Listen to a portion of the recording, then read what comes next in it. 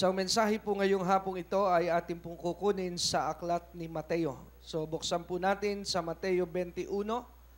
At ang talata po na ating babasahin sa hapon pong ito, we would be reading from verse 1 hanggang dito po sa verse 10. Matthew chapter 21, beginning verse 1 to 10. Nandun na po ba tayong lahat? So kung tayo po'y naroon na, anuman po ang salin na inyo pong gamit ngayong hapong ito, sabay-sabay po natin babasahin. At sa ating pong screen ay nandyan po ang King James Version. But this afternoon, I will be reading from the Amplified Translation. Ang sabi po ay ganito.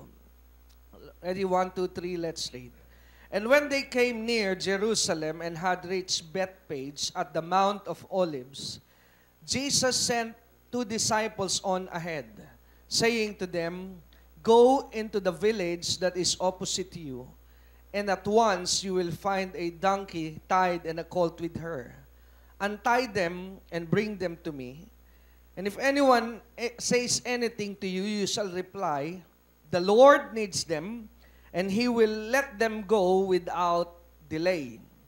This happened that what was spoken by the prophet might be fulfilled, saying, Say to the daughter of Zion, Inhabitants of Jerusalem, behold, your king is coming to you, lowly and riding on a donkey, and on a colt, the foal of a donkey, a beast of burden.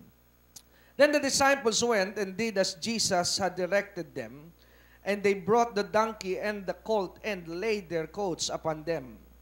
And he seated himself on them, the clothing, and most of the crowd kept spreading their garments on the road. And others kept cutting branches from the trees and scattering them on the road. And the crowds that went ahead of him and those that followed him kept shouting, Hosanna, O prophet who was graciously inclined to the Son of David, the Messiah. Blessed, praised, glorified is he who comes in the name of the Lord. Hosanna, O be favorably disposed in the highest heaven. And when he entered Jerusalem, all the city became agitated. And trembling with excitement said, Who is this? Tayo po ay manalangin. O Diyos, amang makapangyarihan sa lahat, salamat po sa hapong ito. Salamat po sa iyong mga salita na amin pong nabasa, amin pong napakinggan. But today, Lord, we are not only content, Panginoon, sa aming pagbasa at aming pakikinig. God, we want revelation this afternoon, Panginoon. Gusto po namin, Panginoon, ng kapahayagan. We want the truth because just like what you've said, when we know the truth can set us free, Panginoon. Kaya ngayon pong hapong ito, Banal na Espiritu, we know na ikaw po ang susi that will lead us into the light and the truth, Panginoon. Kaya Banal na Espiritu, sa hapong ito, we believe that we are not alone with this message, Panginoon. Hindi lamang po kami ang makikinig nito because this message will be heard all over this country and the nearby countries that will be carried by our TV station, Panginoon. Kaya tulungan mo po kaming lahat. We ask everyone to be under your anointing, Panginoon. Gamitin mo lamang po ako na instrumento ngayong pong hapong ito, and I pray that your anointing, the capacity, the power to preach and to teach your word be upon me today. And let also the hearers of your word have the anointing to receive and understand, Panginoon. Maraming salamat po, Ama. Sa pangalan ng iyong anak na si Jesus, ito po ang aming dalangin ng may pananalig at ang lahat po ng may hininga ay nagsabi po ng Amen. Palakpakan po natin ng Diyos sa buhay. Tayo po ay makakaupo na. And God bless you as you hear the word of God. The same way sa lahat po ng ating TV viewer, God bless you as you are following us through the broadcast. Matthew chapter 21, verse 1 to 10. Kung kayo po ay pamilyar sa Mateo 21, kapitulo 1, talatang 10, iisipin mo po ngayon sa hapong ito na parang nahuli tayo sa mensaheng ito. Sapagat madalas po itong mensaheng ito ay ginagamit tuwing Palm Sunday, araw ng palaspas. At sa akin pong paniwala, wala naman kayong dalang palaspas ngayon. Amen. At iisipin po natin na parang nahuli ata ito, Pastor. Mukhang hindi ata timing itong mensahe na ating pag-uusapan ngayon because day is not Palm Sunday. Pero ito lamang po ang aking pagkakaunawa. Na ang salita po ng Diyos ay lagi pong tama sa lahat ng oras at sa lahat ng panahon. Amen? Hindi po ang salita ng Diyos na sasakop ng isa lamang panahon at hindi po siya tutugma sa ibang oras at sa ibang panahon. Ang kaibahan po ng Biblia, ang kaibahan po ng salita ng Diyos, ito po ay buhay. At pag buhay po, lagi po itong nagbibigay ng buhay sa lahat ng bumabasa at nakikinig. Kaya ngayong hapon ay hayaan po natin ang kapangyarihan ng banal na Espiritu ang siyang kumilos upang ang Mateo 21, talatang 1 hanggang talatang 10, ay ating pong maunawaan ng mga kapahayagan na nakapaloob po sa mensaheng ito. Amen po ba? Pero bago ko po kayo dalhin sa tema nito at sa mismong mensahe, nais ko po munang maglatag ng kaunting mga background o yung tinatawag na foundation para po maunawaan natin ang mensaheng ito.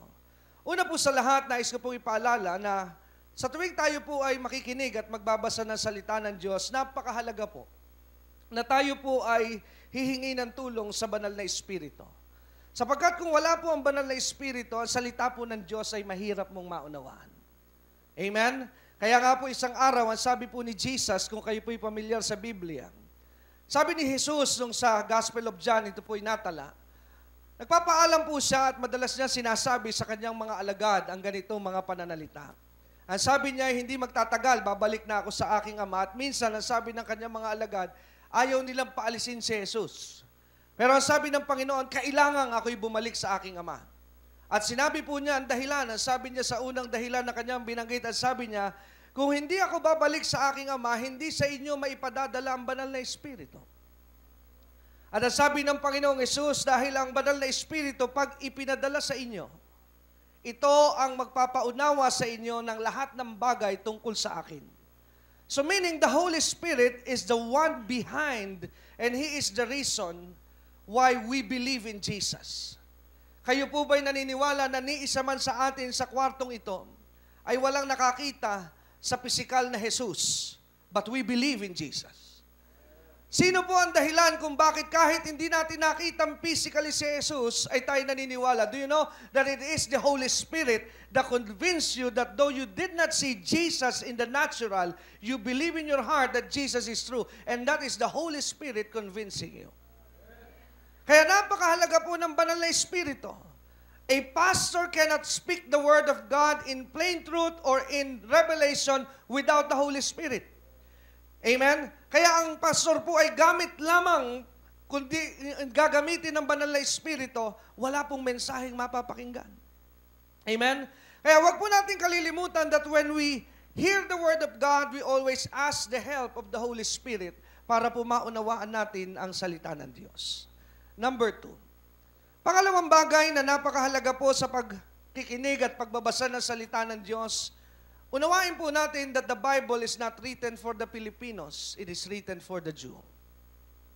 Hello? Ang salita po ng Diyos ay hindi isinulat para sa mga Pinoy. Ito po ay para sa mga Hudyo. Dahil doon po natin maunawaan ang katotohanan ng salita ng Diyos. One time, I was talking to one of my friends. Medyo piloso po siya. Matalino, mahusay sa mga sekular na aralin. At sabi niya, alam mo pare, yung Biblia yan, lahat naman ng gusto mong paunawa dyan, pwede mong gawin. At yung nasabi ko sa kanya ay totoo, na lahat ng gusto mong palabasin, pwede mong gamitin ng Biblia. Pero ang tanong, yung ba ang katotohanan talaga? Pwede mong palabasin sa Biblia na ikaw ang sugo ng Diyos. Pero ang tanong, yung ba ang katotohanan? Hello? Kaya para maunawa mo po ang katotohanan, kailangan mo, number 1, you need the Holy Spirit. Number 2, kailangan mo pong maunawaan ang mga konteksto kung paano ito sinabi at kanino ito sinasabi. Amen? Madalas po kaya ang tayo napapahamak because they fail to understand the basic truth about the Bible. Halimbawa, bigyan ko po kayo ng isang halimbawa. Madalas po sa mga tao at sa mga mananampalataya, ang pangunawa nila that Jesus was a poor man. Si Jesus daw po'y mahirap. At pagka nakausap mo mga nagsasabi, alam mo na kung ano ang dahilan. Unang sasabihin nila, Jesus was the son of a carpenter. Anak lamang siya ng isang karpintero. Pangalawa na sasabihin, Jesus was born in a manger. Ipinanganak lamang siya sa sabsaban. Kaya napakahirap ni Jesus. Pangalawa, sasabihin si Jesus is pro-poor and he hate the rich. Dahil ang kanyang mga apostol, lahat ito'y mahihirap. At pag tinanong mo sila, paano mo nasabing may hirap? Sapagkat sila'y mga mangingisda lamang. Is that the truth? Is that the truth? Yung ba ang katotohanan? O yun lamang ang kanilang haka-haka? Now, let's go back. Remember this, friends. Pakikinabangan po natin ito lahat. The Bible was not written 2013. It was written 2,000 years ago. Hello? Ang Biblia po ay nasulat hindi ngayong 2013, kundi 2,000 years ago. Kung kayo po ay narito sa Green Hills noong 1980s, it is different today, 2013. Kayo po ba naniniwala? Kamakailan lamang may kausap po ako isang bata. At sabi nung bata na kausap ko, ikaw pala kuya ay nakapag-aral sa Binyan, Laguna. Sabi niya, paano nangyari na yung isang taga Muntinlupa ay nag-aaral sa Binyan, Laguna, napakalayo ata. Di ang mahal po ng pamasahe. Sabi ko sa kanya, nung panahong yon, ang pamasahe ko ay, pag meron akong 75 centavos, nandun na ako sa eskwelahan, sabi niya, ang mahal nga po pala. Sabi ko pala 75, hindi ko nasabi yung centavos. Sabi nung bata, ang mahal pala. Sabi ko, hindi, centavos. Meron po bang ganung pamasahe? Ibang-iba na po kasi yung buhay noon at yung panahon ngayon. Amen? Naalala ko po, nung una ako nagkaroon ng sasakyan, papasok po ako sa Maynila, I'm coming home from Muntinlupa, papasok ako ng Maynila, at pag ako po ay magkakarga ng gasolina, pag kinargahan ko po yung kotse ng 100 piso, 1 linggo yon. Ngayon po, pag nagkarga ka ng 100, doon lang po sa tabi-tabi yon. Hello? Amen? So, malaki na po ang nagbago. Amen? Ngayon, 2,000 years ago, nung si Jesus ay dumating sa ibabaw ng lupa, dumating po siya sa isang pamilya ng isang karpintero. Well, kung sa panahon mo ito titingnan, iisipin mo na totoong mahirap without offense. Amen? Walang offense, wala po akong nais na hamakin, laitin o ibabang antas ng buhay, pero ang katotohanan, sa panahon po natin ngayon, pag ang iyong magulang o ang iyong hanap buhay ay isang karpintero, sa panahon natin ngayon, iisipin mong mahirap nga po talaga. Pero, wag po nating kakalimutan mga kapatid, nung panahon na dumating si Jesus sa ibabaw ng lupa, wala pa si Lusyutan. Wala pa po ang Ayala. Wala pa po ang mga executive. So Jesus was not born to an ordinary man. Hello? Pangalawa, kung ating pong papansinin, ang tatay po ni Jesus is no ordinary man. Dahil nung malaman ni Jose na si Maria ay nagdadalang tao, ayaw na niyang pakasalan. Kung si Jose po ay isa lamang ordinaryong tao nung panahong yon, hindi ko po naman sinasabing porque ba pastor, mahirap, wala ng reputasyon, pero kita niyo po ang pagtanggi ni Jose na pakasalan si Maria dahil meron siyang iniingatang pangalan. Meaning in those times, the family of Joseph was so respected. Sapagkat yung pamilya ni Jose, kung uugatin niyo po yung genealogy ng Panginoon, this Joseph came from the line of David. He came from the line of kings. Mahirap po ba ang tatay ni Jesus? O galing sa ma-influensyang lahi? Hello? At hindi ko rin po maisip kung papaano ang isang ama na may likha ng langit at lupa at ang kanyang tunay na anak ay ilalagay niya sa mahirap na buhay. Hello? Gusto ka nga niyang paunlarin. Amen? Nakukuha po natin. Second thing. Sabi nila si Jesus daw po kasi pinanganak sa sabsaban. Pero balikan natin yung istorya sa Biblia. Nagkataon po na nung araw na yon ay araw ng census at halos lahat ng mga Hudyo lumuwas ng kanilang bayan at pumunta doon sa bayan na yon. Ang lahat po ng hotel nung panahong yun ay fully booked. Nataon naman na yung pagtatala ng census ay kabuuan ni Maria. Ano ang sabi sa istorya sa Biblia tuwing araw ng Kapaskuhan? Kumatok muna si Jose sa mga inn, ang sabi ng Bible. You know, inn is like a hotel in our time. Ako po'y naniniwala that Joseph was always in his right mind na hindi po siya kakatok sa mga hotel nung panahon yun na walang ibabayad. Pwede ba sabihin ni Jose, magche-check-in po ako, may pambayad ka? Wala, baka hindi mo alam, anak ng Diyos siyang ipanganganak. Hello? Amen? Hindi po totoo yun. Kaya nga ako'y naniniwala, buti sana kung sasakay ka ng bus, sasabihin mo, baka hindi mo alam, pastor ako, libre. Pulis lang po ang libre sa bus. Hello? Amen. Buti sana kung pupunta ka sa mga gasolinahan at sasabihin mong, full tank. At pag sinabi, pambayad sir, tapos na po, 5,000 ang karga. Di mo ba alam? I'm a child of God. Pwede po ba yun? Subukan mo po yun at bukas nasa kulungan ka na. Hello? Amen? The same way in their time. Hindi kakatok si Jose sa inn kung wala po siyang pambayad. But it so happened, paano po ba nauwi sa sabsaban? Manganganak na si Maria.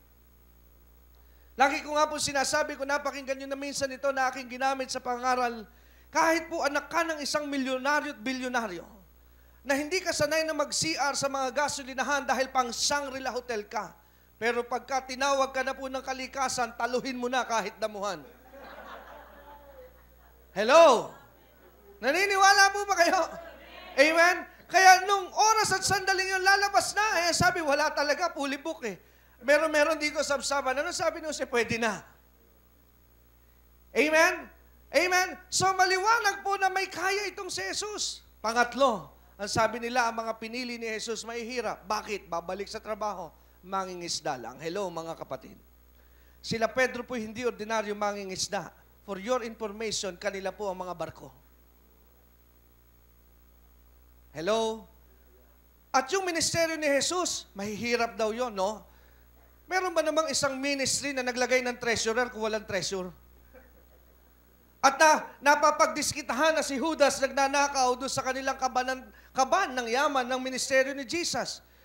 Pwede bang magnakaw si Judas na wala naman nanakawin? Marami pong pera ang ministeryo ni Jesus. The ministry of Jesus is filled with money. Dahil pag pinag-aralan mo po ang ministry ni Jesus, there are women who supported and financed the ministry. Kaya noong una hindi ko maintindihan, bakit kaya sa ministry, karamihan ng iyong mga nagiging worker babae.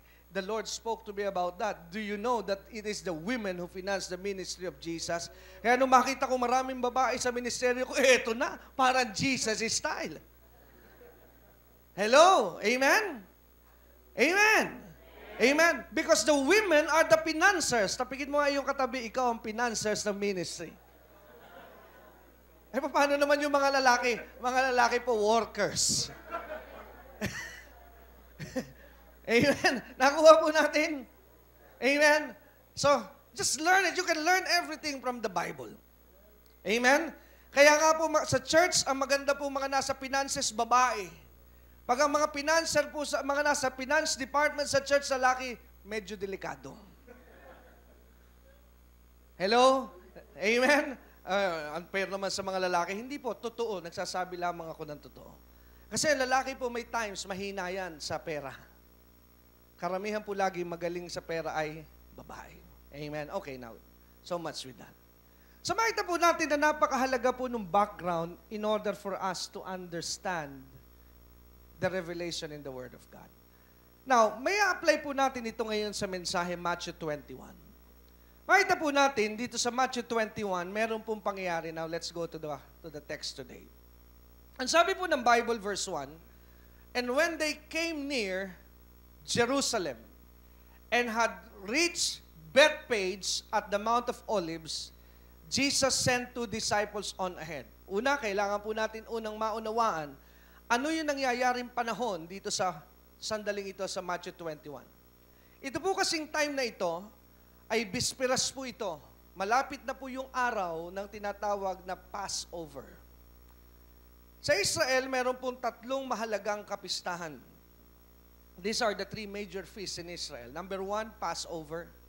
Number 2, Pentecost. Number 3, the Feast of the Harvest. 3 po yan. But I will not be dealing with these 3 feasts today, pero gusto ko lang po itong ninyo maunawaan. Yung Passover po ang aking tututukan ngayong pong hapong ito dahil napakahalaga po na magkaroon tayo ng kahit kaunting idea kung ano po ba ito at saan ito nagsimula. Passover started in the book of Exodus in the time of Moses. Kung babalikan po natin sa lumang tipan, ang Israel po ay nasa bondage sa pangunguna at sa kamay ng paraon sa bayan ng Ehipto. I know you know the story. Amen? Ngayon, habang sila po ay nasa bondage in Egypt, they cried to God and asked God to help them. Hindi po nila kaya na makaalis sa kamay ng paraon. And God sent them a deliverer in the person of Moses. Tama po ba yon? At nung sila po ay naroroon, may 10 salot na ipinadala ang Diyos sa lupain ng Ehipto to convince Pharaoh to let his people go. At doon sa 10 salot, ang tawag po doon is the death of the firstborn. Alam niyo po yon?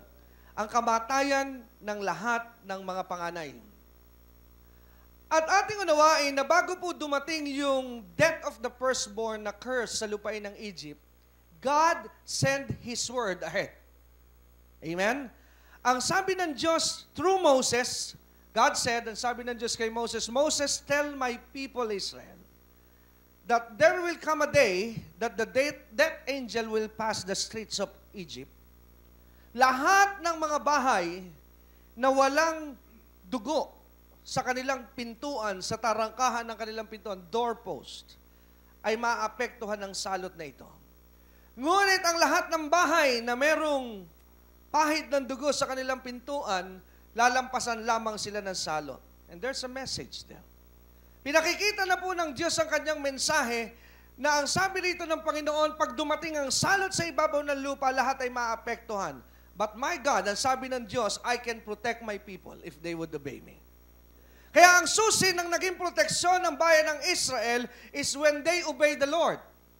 Kaya kahit po sa ating panahon, that concept is still true today. Why? Dahil ang sabi ng Biblia, we are serving the same God yesterday, today, and forever. If we still keep in obeying God, God can protect your business, God can protect your family, God can protect your everything in your life as long as you stay in obedience with God. Amen? Kaya makita po natin, dinemonstrate po ng Diyos, hindi po naapektuhan ng bayan ng Israel. And that night came, dumating yung gabing yon, narinig po sa bawat bahay ng mga taga-Egypt ang mga pag-iiyakan dahil ang lahat ng panganay namatay. At siya po ang nagtulak kay Paraon para palayasin ang Israel. At pinakawalan na niya ang Israelita sa kanyang panggigipit. Alam niyo po ba mga kapatid, na lumaya ang Israel na wala silang ginawa.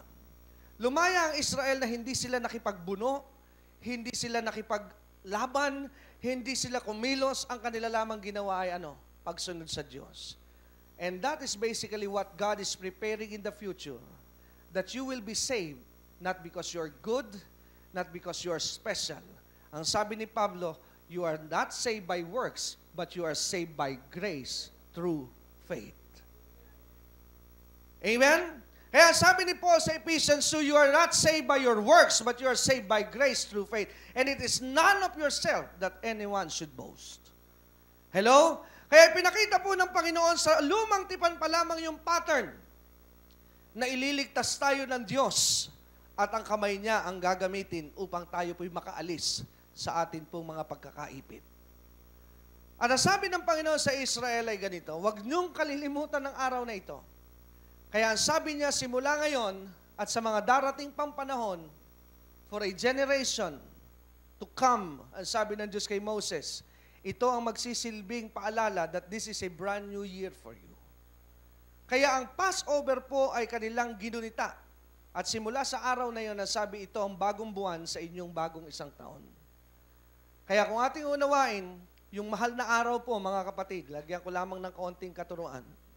Marami pong Pilipino, at maaaring isa tayo doon, hindi natin alam kung bakit tayo nagse-celebrate ng mahal na araw. The reason why there is a Holy Week, because it's a Passover week in Israel. And when we celebrate Passover, it's a new year in Israel. Bagong taon po yun sa kanila. At ang sabi ng Diyos, tuwing isa-celebrate nyo ito, may ritual. Magpapatay kayo lagi ng tupa. The lamb. At yung lamb ay symbolic of Jesus coming in the future. Kaya nung si Jesus po ay dumating dito sa Matthew 21, malapit na po yung araw ng Pasko. Ito'y paghahanda to fulfill what has been prophesied that Jesus is the Lamb of God. Kaya pansinin po natin ito because the message is this. Hindi po yung mensahe, I'm just preparing your hearts. Sabi po sa verse 1, Bago pumunta si Jesus sa Jerusalem, nagkaroon po ng stopover. Saan po siya nag-stop? He stopped in Bethpage, amen, at the Mount of Olives. Huminto po siya ron. Now, don't lose me now. Ito na po yung mensahe. Huminto sila sa isang lugar na kung tawagin ay Bethpage, sa isang bundok, sa bundok ng Olibo. At nung sila po'y nasa Bethpage, nung panahong yon, Jesus talked with two of His disciples. Kinausap po niya yung dalawang alagad. Ano ang sinabi ni Jesus doon sa kanyang dalawang alagad? He said, and sabi po sa verse 1, I'm sending you to a village. Saan po pinapunta ni Jesus yung dalawang alagad? In the Bible, there is no such thing kung sino po yung taong inutusan, but the Bible is clear, it's only two disciples. Well, di po pinangalanan kung sino yun. We do not know if it's Peter or if it's John, but it doesn't matter. Di na po mahalaga. Pero merong dalawang alagad na inutusan si Jesus. Am I correct? At inutusan po ni Jesus yung dalawang alagad at saan po niya pinapupunta? Jesus said, go to the village. At ang sabi po ng Panginoon, when you reach that village, opposite you, ano sabi ni Jesus? You will see a donkey, you will find a donkey there. May makikita ka po dong, donkey. Few weeks ago, when I'm asking the Lord, when I'm asking God a message that I should preach in the church, dito po kasi ako dinala ng Panginoon. Nung una ko nga po itong nakita, Matthew 21, it's not an amplified version, nung una kong gamit. I'm using a King James translation. Sabi ko sa Panginoon, binasa ko 1 to 10, and I said to the Lord, Lord, ano ba mensahe meron dito? Tuturo ko, palaspas? Ano ba tuturo ko rito, Panginoon? And the Holy Spirit spoke to me. I heard this still small voice. He said, no, you are going to teach them about the horse, about the donkey. At sabi ko, donkey? Panginoon, are you really sure that the message is about the donkey? At mas mabigat pa dahil nung pinakita po sa akin, no, it's about an ass. Alam niyo po yung ass, sa salitang Amerikano, hindi po maganda yun eh. Pag sinabihan ka ng you look like an ass. Alam niyo ba yung ass sa salitang Amerikano? Behind po yun eh. Sa salita pong Tagalog, di naman masama ito, puwet po yun eh. Sabi ko, sigurado ka, Lord, ang message ko is, the title is, an ass. Hindi kaya, Lord, masagwa? Hello? Sabi, kaya nakita ko po ngayon yung amplified. Now, I found out that the word ass is really a donkey. Pero I'm not familiar with the donkey dahil ang akin pong laging pumapasok sa isipan, a donkey is a horse. Amen? Pero habang binabasa ko po ito, naunawaan ko po that a donkey is different from a horse. Donkey is not a horse. It looks like a horse, but it is not a horse. Amen? So now, let's go to the message. So sabi po, you will find a donkey. Number 1, look at this. This is the revelation. Number 1, ang sabi ni Jesus, when you see the donkey, sabi niya, this is the sign that is the one. Amen? Hindi po lahat ng donkey ay pwede nilang dalhin. There is a sign ng donkey na kailangang dalhin nila pagbalik nila kanino? Kay Jesus. Not every donkey can be brought to Jesus. Amen? I am convinced that during this time, amen, there are so many donkey, but not all donkeys are qualified. Hello? Amen?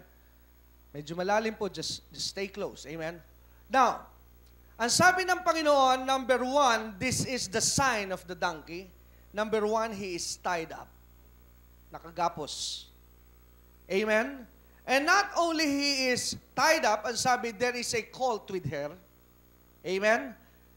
Meaning, ang sabi po rito, sorry for the word, the donkey here is not a he, but a she. Come on. Amen? Tama? Dahil ang sabi po ng English, and at once you will find a donkey tied and a colt with her. Amen? May kasama po siyang colt. And the Bible said, with her.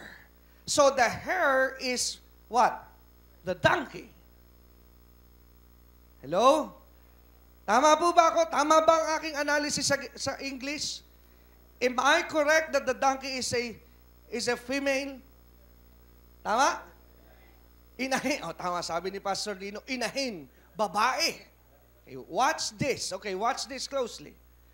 Ang sabi po rito, it is tied, and once you saw her, pag nakita mo siya, na nakatali, pero the clue is, not all donkeys that you can see on the streets, you are to bring it to me. Now, sabi ng Diyos, there is a sign. It must be tied, and not only tied up, there must be a colt with her. Hello?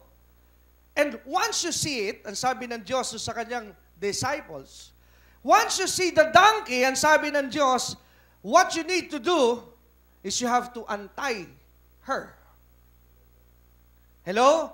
Kailangan mong tanggalin ngayon yung kanyang pagkakagapos. And once the untying has been done, now you have to bring it to me. Are you following me? Pag natanggal mo na yung tali, dalhin mo ito sa akin. Now, look at the wisdom of Christ. Sabi ni Jesus sa dalawang alagad, kukuha kayo ng donkey, nakatali. Don't tell me na yung donkey nagtali mag-isa. Amen. Like ko po sinasabi, this is the second time that I preach this message today. If you can tell me an animal, if you can show me an animal that knows how to tie himself alone, then bring me to him. Maganda po ilabas sa television yon. Tatali na solo. Sino po kaya, bakit nakatali yung donkey? Somebody had tied him. Hello. Merong nagtali sa kanya. Am I correct? Amen? Meron pong nagtali sa kanya, kaya po siya'y nakatali. At sino kaya nagtali sa kanya? One thing is for sure, the owner. Tama? Yung may-ari sa kanya. Now, here is Jesus, ang sabi ni Jesus, sa dalawang alagad, tanggalin niyo yung tali. At pag natanggal nyo, kunin nyo, dalhin ninyo sa akin. Anong sabi ni Jesus? At pag dala nyo na sila, lalabas yung may-ari. Amen? Ano sabi ni Jesus? Pag humarang yung may-ari, bayaran nyo. No, Jesus did not tell them to pay for the donkey. Ano sabi ni Jesus once the donkey has been untied? And sabi, when the owner comes, sabi niya, sabihin mo doon sa owner, tell the owner that the master, your Lord, needs him. Needs her. Tama? Nakailangan siya ng inyong Panginoon. Nasusundan niyo po ba yung istorya? Amen? At ang sabi po rito, ano nangyari pagkatapos na sabihin ng mga alagad yun? Binigay na po ng may-ari. Without even asking who that Lord was. Hello? Hindi man lamang tinanong nung may-ari, sino Lord? Pero I see something here. Binigay nung sinabi po yung Lord. Now, let's go back. Now, first revelation today, the donkey represents you and me. Being a her, it represents the church. Oh, it's deep. Lalim, no? It's so deep. Amen? The donkey represents the church. Paano naman nangyari yun, Pastor? Look at this. The donkey was tied. Nakatali. You and I, we the church, before we came to know Jesus, we are in bondage. Hello. Malalim, ano? Sabi mo sa iyong katabi, kapit, malalim to. Hello? Amen? We are in bondage. Hello? Jesus needs to send a disciple to untie the donkey. Paano ka naligtas? Is it true that God sent a pastor to you?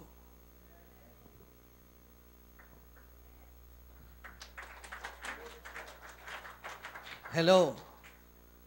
Am I correct that somebody was sent to you to tell you about Jesus? Hello?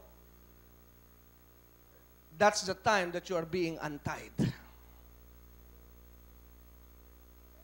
Yun yung panahon na ikaw ay kinakalagan.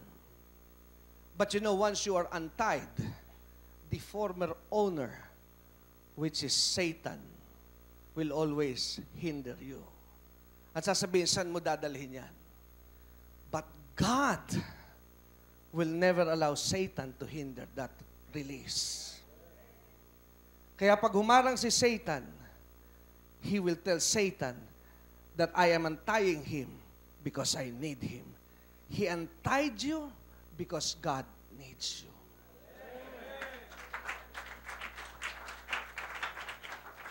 Hello. Now, paano mo nalaman pastor na yun ay church? How did you know? Sa totoo rin ko, hindi ko po alam. Amen? Now, the Holy Spirit told me, there is a message that you can copy out of a pastor, but there is a message that sometimes you don't need to copy from preacher. God will send it to you. Ang sabi sa akin ng Panginoon, you have to understand the donkey. Kaya nagkaroon po ako ng konting research, why a donkey? Alam niyo po ba, for your information, donkey is not around in Asia. Here in our continent, dito po sa atin, wala pong donkey. Kaya we are so limited when it comes to knowledge about a donkey. Kaya nga po sabi ko sa inyo, to understand the Bible, you have to have a background about the Middle Eastern culture. Kasi kung wala po kayong background sa Middle Eastern culture, your doctrine would be corrupt. Because the Bible is not written for Filipinos, it's written for the Jew. Hello. Amen. Okay, now, just bear with me. Hindi ko po naiintindihan ng donkey because donkey is not available in our country. But today, because of technology, there's a way how to research for everything. Sabi nga ng mga techie, pag hindi mo maintindihan, i-Google mo. Thank God for Google. Amen? So, wag lamang palitan ni Google si Holy Spirit. Amen. If there's something that you do not know, i-Google mo. Then I Googled it. Amen. Now, intindihan ko po ngayon, I made a few studies about a donkey. Number one, donkey was around in Middle East. Sila po'y nasa Middle East.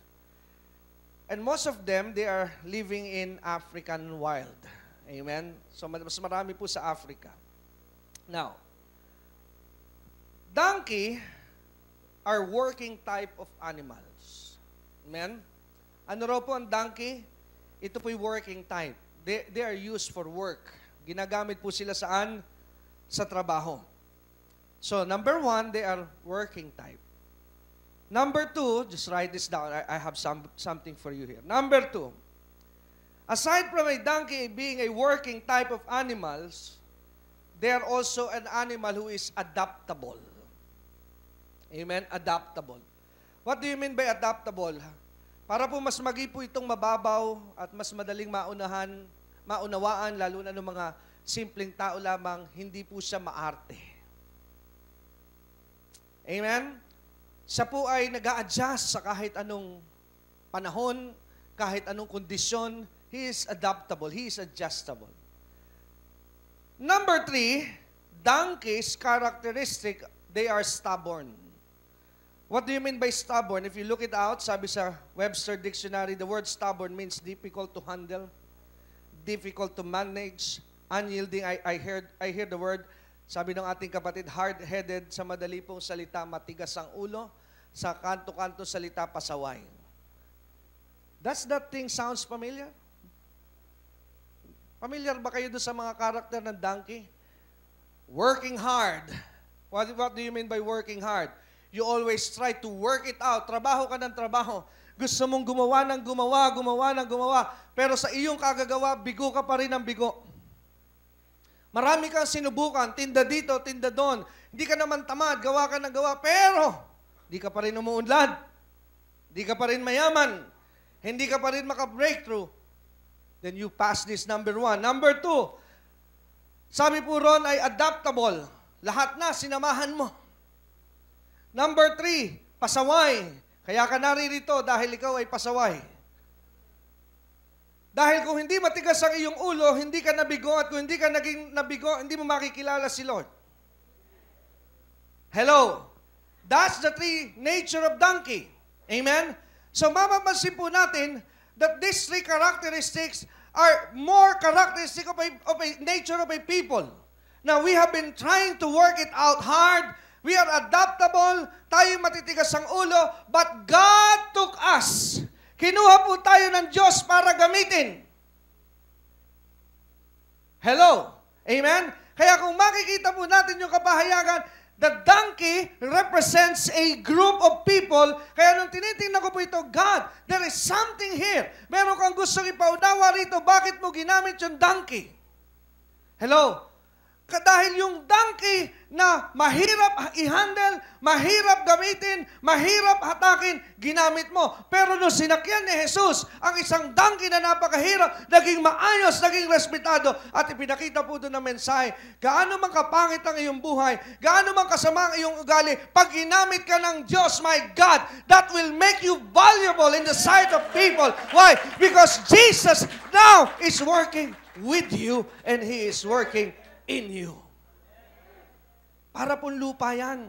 Ang isang lupa na walang halaga, sabi nga nila, pag ang iyong lupa'y walang halaga, ipanalangin mo na magtayo si SM na malapit sa iyong lupa. Dahil pag nagtayo ng SM malapit sa iyong lupa, your lot will be valuable. Pero sa buhay po ng tao, para magkaroon ng halaga ang iyong buhay, you don't need an SM in your life. All you need to do is have Jesus in your life. Because when Jesus is in your life will be valuable. Your life will be effective. Hallelujah. Amen? Kaya ang isang donkey na walang halaga, when Jesus asked them to untie it, nagkaroon po ito ng halaga. At humarang yung may-ari at sabi, saan nyo yan dadalhin?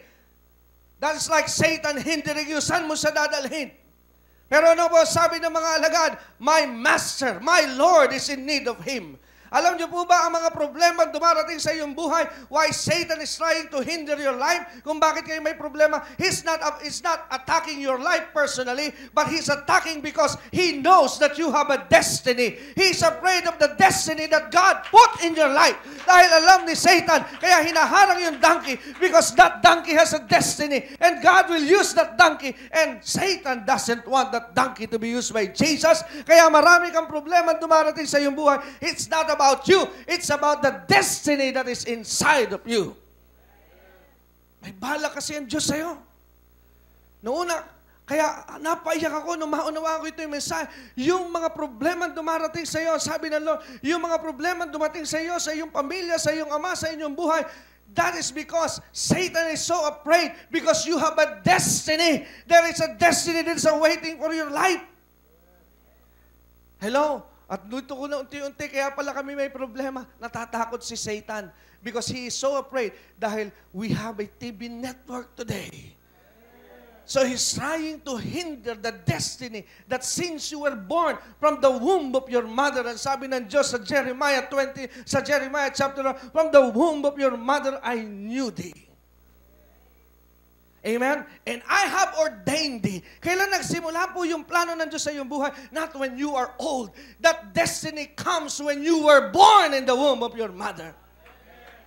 Kala po na iba, yung destiny niya nangyari lamang dahil malaki na siya. No. You go to the Word of God, that destiny starts when you were still just an egg and a sperm cell in your mother's womb. There's a destiny in your life. At yun po ang pilit na pinipigil ni Satan. Can I just remind you na si Joseph Satan tried to stop Joseph. Not because he wants Joseph to die, but he's stopping the destiny of Joseph. Alam niyo po ba si Moses? Gusto rin po niyang ipakulong. Not because he is so afraid of Moses, but he knows that Moses has a destiny. The same with Jesus. Pinapatay po ni Herod ang lahat ng mga baby nung panahon ni Jesus. Why? He is not afraid of the person itself, but he knows that there is a future in Jesus. So Satan is there, kaya nga sabi ni Jesus, do you know that the thief come to steal, to kill, and destroy? Amen? Kaya ano po, sabi ni Jesus doon sa donkey, loose him. Amen? At nung pinakawalan po, amen, may humarang. Pero nang sabi, the Lord is in need of him. Nung marinig po yung word na Lord, ano pong ginawa nung humaharang? I like the word. Sabi, the Lord needs them. Sabi ni Jesus, and He will let them go without delay. Pag hinaharang ka ni Satanas sa iyong problema, sabihin mo sa iyong problema, the Lord needs me. Poverty, come out of the way.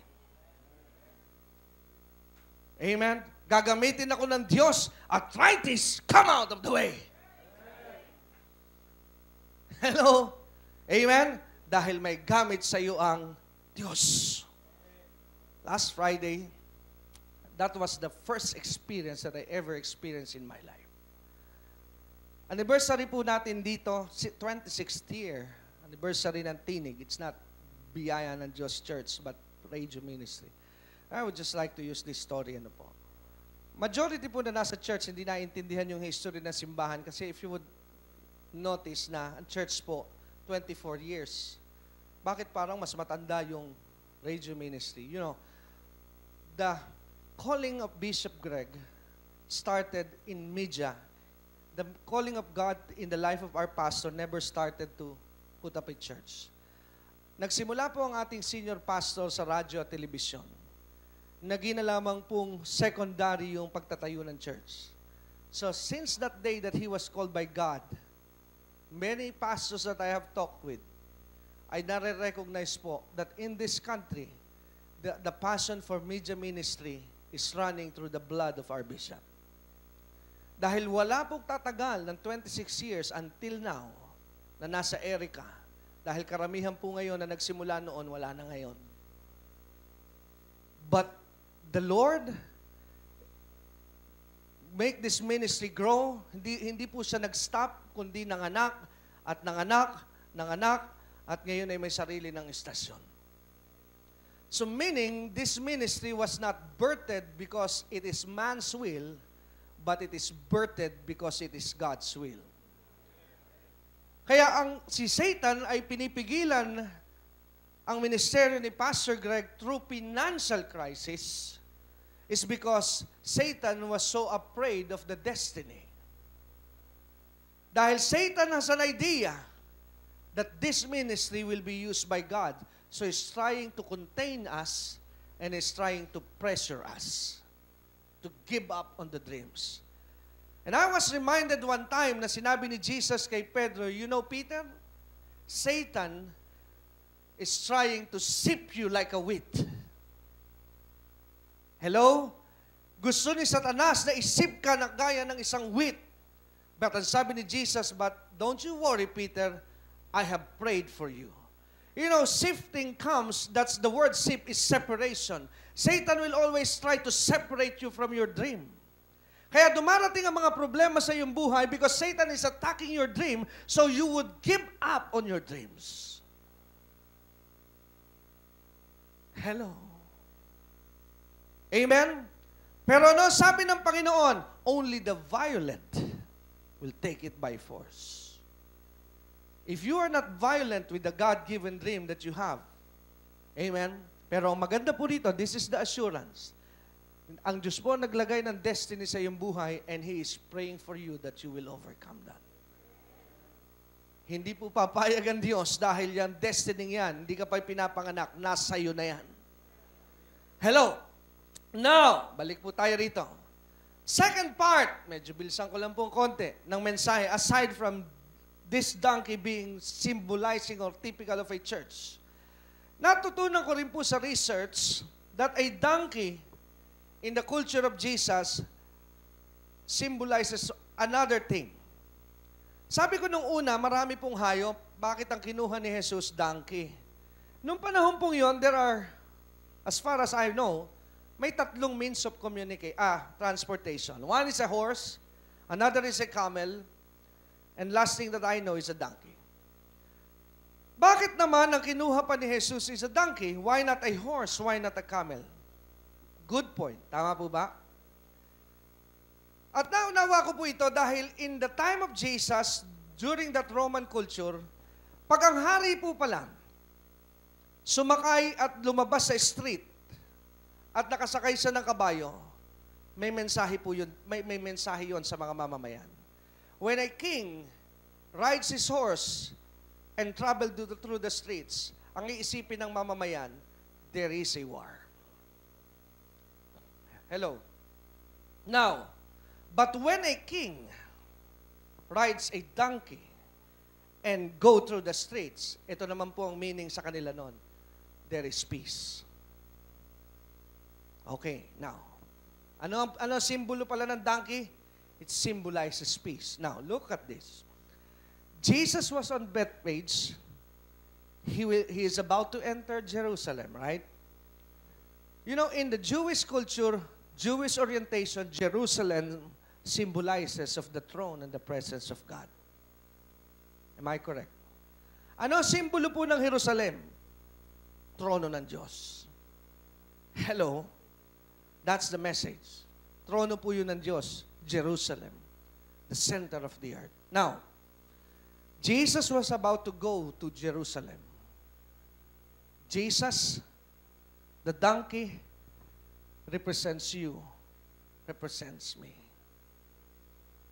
Now, he ride the donkey on his way towards Jerusalem. God is sending the message that Jesus is the mediator of peace between God and between you.